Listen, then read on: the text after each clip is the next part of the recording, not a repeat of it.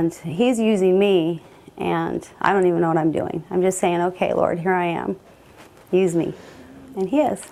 I was surfing the web one day, just trying to find some parts to bolt onto this thing, and I had the TV in my ear, and they had mentioned Hurricane Ike in Texas, and how it wasn't going so well. FEMA wasn't doing what they thought they should be doing, or what the public thought they should be doing. And I had the internet at my fingertips, so I didn't type in Hurricane Ike. All I did was type in Ike. And the first thing I got was this horrifying picture of a cemetery that had been inundated, and all the coffins had floated to the surface. And it hit me like a ton of bricks, like, my God, and nobody's doing anything about this, you know. And he kept looking through Texas, and I was like, what in the world are you doing? He said, I'm going to Texas. I was like, what do you mean you're going to Texas? I'm going to Texas. And I was like, no, I don't think so. And it wasn't 10 days later. I had my excavator loaded on the trailer behind my truck, and I was headed for Texas. No rhyme or reason. I just got the call, and my wife looked at me like I was crazy. I really didn't think it was real at first. I didn't really believe him. Like, you can't just get up and go to Texas. What are you thinking? He's like, I've got the equipment, I've got the know-how, you know, I've got the heart. I need to go there and help. These people need help. And so I really couldn't say anything. I really couldn't, like, complain or tell him he couldn't do it. He supported me in my ministry, so I really felt like I needed to support him, and so I have completely supported him in his ministry. And I wanted to be baptized before I left. And I was warned, right after you get baptized, Satan is just going to absolutely attack you. And I said, nah, I got the Lord on my side. I'm good to go.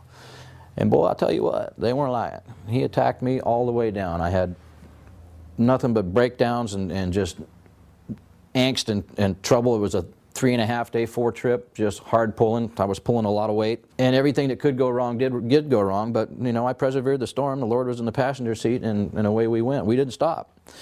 And I stayed there for a couple of months, you know, trying to figure out my game plan and trying to help people. You know, we're both at the stage now where we just really want to work for the Lord. We know that He'll bless us. And I've been to 6 different churches in the immediate area, and I'll probably go to 60 more before I'm done. As it works out for me, I try every Sabbath, if I'm not doing something for a church, to go to a new church, just to see who's who and what's what, and some of them are just a little spot in the road. My first experience wasn't good because I pulled the address up off the internet and went there, and the church had been shut down because it got flooded. So the first Sabbath that I wanted to actually get involved, I couldn't. If you're thinking that maybe you should be doing something and you're not, you know, just step out there in faith and trust God, and He will do it. It was getting harder and harder and harder, almost to the break point of where I was ready to give up and come home. He's been doing a lot of work to help people down there, clean up all the mess and help them get their lives back together again. I went to a Baytown church, which is further up the coast, away from Galveston, and I told the pastor there that I was, you know, possibly looking for some shelter. Did anybody have a room to rent or whatnot? And this old boy, Bill Jones, stood up, and 81 years old. He says, I have a 2-bedroom apartment. He said, I live in a Section 8 house or apartment. He says, it's not the greatest in the world, but I'll offer up that second room to you for nothing. And being in the position I was, I sure wasn't in any position to say no. When you trust the Lord and you step out in faith, He'll use you. I mean, He's used me, He's using my husband, He's using my whole family. You get a little less shy and a little bit better at it, I think, as you go along. And if you can step out there and help one person, the Lord will bless you so much. He will. While I was in Texas, I had the chance to witness to quite a few people. The fact that people knew I was a Christian when I was in Texas is what made them ask questions. And the Lord gave me the answers that they needed to hear to bring them a little closer, whether I brought them into the Seventh-day Adventist organization or at least just brought them to Christ. You know, the message was still given and received. One person in particular, a young man named Scott, was a day laborer. I used him on quite a few jobs, actually. Young man, single father. I used to keep the steps of Christ and my Bible on the dash of my truck all the time. And he kept asking questions and got more and more curious, and the Lord kept giving me the answers to give to him, because I'm not the most learned individual in the Bible, but I'm learning.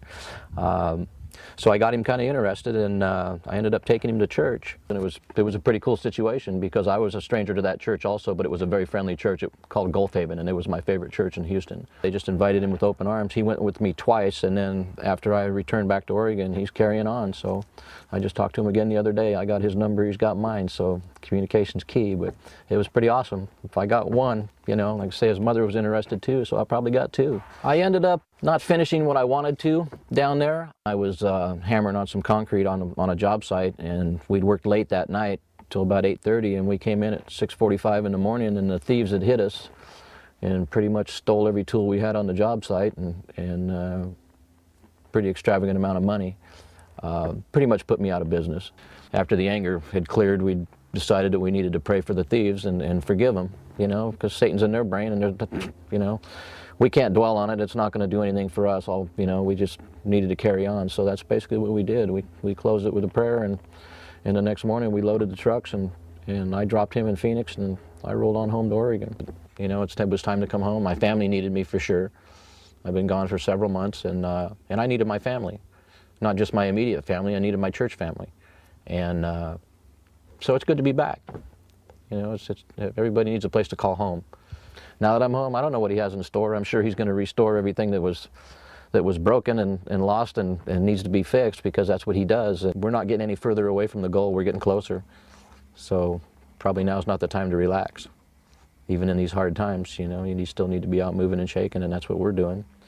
And, you know, it's an up and down hill. Sometimes things are hot, sometimes things are cold, and sometimes you can do something about it, sometimes you can't. And we don't know what he has in store for us, but whatever it is, we'll answer the call. So I just want to encourage anybody out there, you know, you don't have to do something major. Just, you know, if the Lord's speaking to you, listen to your heart, listen to his voice, and do what he asks you to do, because he has a purpose for everyone, obviously. Sometimes we don't know where we're going. When I went to Texas, I had no idea. Didn't even know what me part either. of Texas I was going, but I was going. And it was a total leap of faith, and you overcome a lot of fears. You travel with a lot of fears, but you got to step out and do something, because the time's coming. And you have to lead, you know. People need to be led sometimes, and so we do the best we can to be an example for people, and we challenge anybody out there to do the same thing and help your church grow, help your families grow. If we can do it, anybody can do it, trust me. We were far from this, very far from this, you know. It was all about money before, and now it's about serving the Lord.